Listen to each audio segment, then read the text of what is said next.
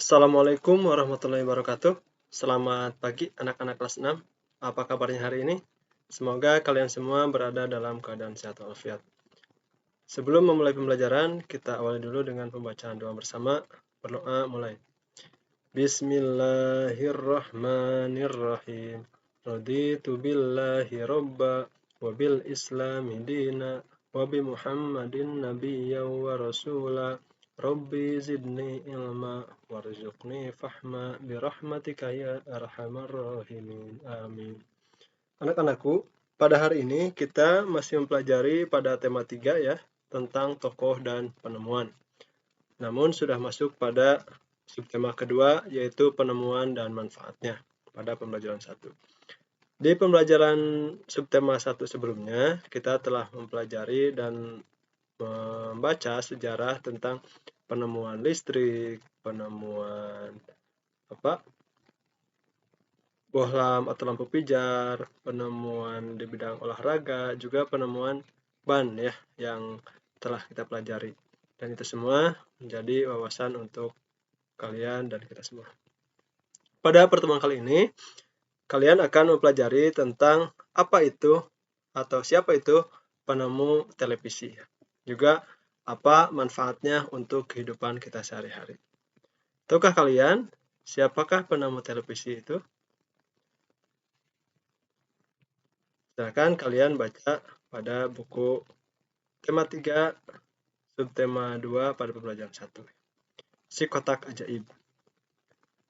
John Logie Bird lahir di Skotlandia 13 Agustus 1898. Ia adalah penemu yang pada kesempatan itu untuk pertama kalinya menunjukkan bahwa gambar hidup dapat ditransmisikan melalui pesawat yang sekarang dikenal sebagai televisi.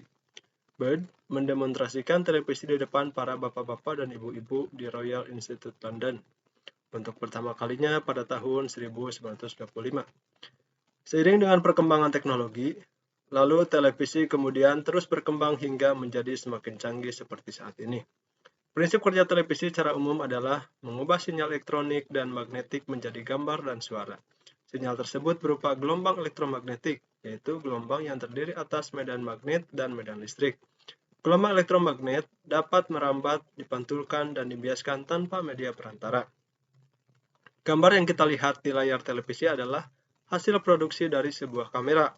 Pada awalnya, objek gambar yang ditangkap kamera akan diubah menjadi sinyal gelombang elektromagnetik. Sinyal tersebut akan ditransmisikan oleh pemancar ke pesawat penerima pada televisi. Pesawat televisi akan mengubah sinyal yang diterima menjadi objek gambar yang utuh sesuai dengan objek yang ditransmisikan dalam bentuk hitam putih atau berwarna. Jadi, televisi adalah sebuah media telekomunikasi yang berfungsi sebagai penerima siaran gambar bergerak bersuara beserta suara. Kata televisi merupakan gabungan dari bahasa Yunani, yaitu tele artinya jauh, dan bahasa Latin visio artinya penglihatan. Sehingga televisi dapat diartikan sebagai alat komunikasi jarak jauh yang menggunakan media visual atau penglihatan. Penemuan televisi juga dikategorikan sebagai penemuan besar yang mampu mengubah peradaban dunia. Nah, dulu ya, atau sekarang juga masih ada televisi itu belakangnya itu berbentuk tabung. Tapi kalau sekarang semakin tipis-tipis ya. Ada TV LED, ada TV LED, ada lagi TV sebut-sebutannya itu TV digital kan. Banyak sekarang. Jadi semakin canggih. Tapi jangan lupa bahwa penemu pertamanya itu adalah John Logie Bird dari Skotlandia. Nah, apa manfaatnya televisi bagi kita semua? Nah, televisi itu banyak sekali manfaatnya ya. Bagi kalian sebagai pelajar atau pendidik juga, kami ya banyak sekali manfaatnya. Sebagai media belajar, ya kita banyak menerima ilmu ya dari televisi, baik itu tayangan-tayangan pembelajaran secara langsung ya, ataupun pembelajaran berupa rekaman ya kan, ataupun kita menonton ceramah, mendengarkan ceramah, ataupun menonton tayangan-tayangan yang di dalamnya bermuatan positif, bermuatan pendidikan ya. Tetapi tidak sedikit juga ya tayangan-tayangan yang di televisi itu memiliki nilai negatif. Contohnya misalkan ada peristiwa kekerasan yang ditayangkan di televisi ataupun film-film yang tidak semestinya ditayangkan atau disaksikan oleh yang di bawah umur lah seperti itu ya. Itu jadi kita dalam menonton televisi itu harus selektif, tidak boleh semaunya, tidak boleh asal nonton saja, tetapi kita harus selektif. Mana yang bermanfaat kita tonton, mana yang sekiranya tidak bermanfaat ya kita tinggalkan. Begitupun berita-berita yang ditayangkan televisi ya, memang banyak berita yang benar, tapi tidak sedikit juga adalah salah satunya itu berita yang tidak benarnya atau berita hoax. Sehingga kita ketika menerima informasi atau berita baik itu dari televisi ataupun dari media lainnya, kita harus selektif juga ya. Kita mencari lagi kebenarannya berita tersebut. Nah, penemuan dan manfaatnya ya di subtema 2 ini. Tadi teks yang Bapak baca itu, kemudian yang kalian baca itu merupakan masih pada jenis teks eksplanasi. Yaitu teks yang berisi informasi tentang proses terjadinya suatu peristiwa ataupun ilmu pengetahuan ya, atau fenomena alam atau gejala sosial. Itu termasuk jenis teks eksplanasi. Di dalamnya tadi itu ada kalimat efektif ya. Apa itu kalimat efektif? Yaitu kalimat yang disusun dengan memperhatikan pedoman umum ejaan bahasa Indonesia. Ini telah kita pelajari di pelajaran sebelumnya ya. Tetapi tadi ada beberapa kata atau kalimat yang dicetak miring, yaitu ditandai sebagai kalimat tidak efektif ya. Bisa kalian rubah, bisa kalian ubah atau perbaiki menjadi kalimat efektif dengan kata-kata yang benar. Dalam menuliskan kalimat efektif, kamu juga perlu memperhatikan penggunaan kata baku ya. Jadi kata baku itu kata yang penulisannya sesuai dengan DYD atau ejaan yang disempurnakan. Bisa kalian melihat pada Kamus Besar Bahasa Indonesia atau KBBI ya. Boleh kalian lihat di perpus, ataupun kalau tidak ada silahkan kalian unduh saja di Android-nya, itu ada KBBI Kamus Besar Bahasa Indonesia. Itu lebih mudah untuk dipakai dan dicari.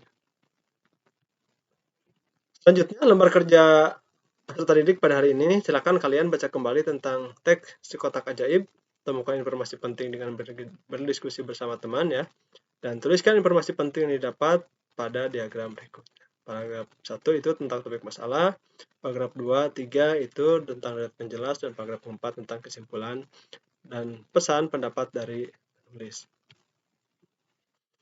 Selanjutnya kita masih mengidentifikasi tentang rangkaian listrik paralel ya. Setelah sebelumnya kita mempelajari tentang rangkaian seri ya, kita akan mempelajari tentang rangkaian paralel. Apa itu rangkaian paralel? Yaitu rangkaian listrik di mana alat-alat listrik tersusun secara bercabang. Jadi pada rangkaian paralel itu jika ada aliran listrik ke salah satu alat listrik yang diputus, maka alat listrik lain belum tentu ikut padam ya. Jadi masih bisa menyala karena itu diatur dengan saklarnya ya, dan juga rangkaian paralelnya. Seperti ini contohnya. Jadi kan kabelnya itu bercabang, tidak berjajar dari saklar langsung ke bohlam 1, bohlam 2, tapi ada cabang lagi dari saklar itu untuk ke bohlam 2-nya atau ke L2-nya. Nanti kita praktekkan ya. Kemudian perubahan sosial budaya dalam bidang iptek dan pendidikan. Dahulu masyarakat memperoleh ilmu pengetahuan hanya dari sekolah atau buku. Sekarang teknologinya itu tidak terbatas kalau sekarang ya kan. Kalau dulu teknologinya terbatas, kalau sekarang lebih bebas lagi. Kalian juga sekarang kan belajarnya bisa melalui YouTube ya, melalui WhatsApp seperti itu kan. Tidak hanya terbatas dibatasi oleh dinding kelas atau ruang sekolah saja. Tidak dibatasi dari buku teks yang kalian pegang saja, tetapi lebih banyak lagi informasi dan sumbernya sekarang. Salah satunya adalah penggunaan televisi. Nah, kedepannya semoga sekolah kita juga bisa membangun televisi sehingga kalian ketika tidak dapat mengikuti pembelajaran di kelas karena alasan sakit ataupun apa ya, bisa mengikuti pembelajaran melalui tayangan televisi. Selanjutnya, lanjutan dari LKPD yang tadi, silakan kalian diskusikan lagi bersama teman tentang pengaruh televisi dalam kehidupan masyarakat. Ada pengaruh positif, ada pengaruh negatif ya. Misalkan ada pengaruh positif tentang dalam hal pendidikan, ada juga yang pengaruh negatifnya apa saja tayangan televisinya itu. Tayangan televisi itu kan ada berupa film-film anak, juga film orang dewasa ataupun sinetron, ada juga tayangan berita, ada juga hiburan, olahraga. Nah, itu apa pengaruh positifnya, apa pengaruh negatifnya. Silahkan kalian diskusikan dan temukan ya. Nanti kalian tuliskan pada diagram ini. Silahkan juga akses soal evaluasi pada pembelajaran hari ini ya. Kalian gunakan kahot.it ya. Silakan cari di webnya, kemudian masukkan kode berikut ini. Ya, sampai di sini dulu pembelajaran kita hari ini. Tetap semangat belajar dan patuhi protokol kesehatan. Wabillahi taufiq wal hidayah. Wassalamualaikum warahmatullahi wabarakatuh.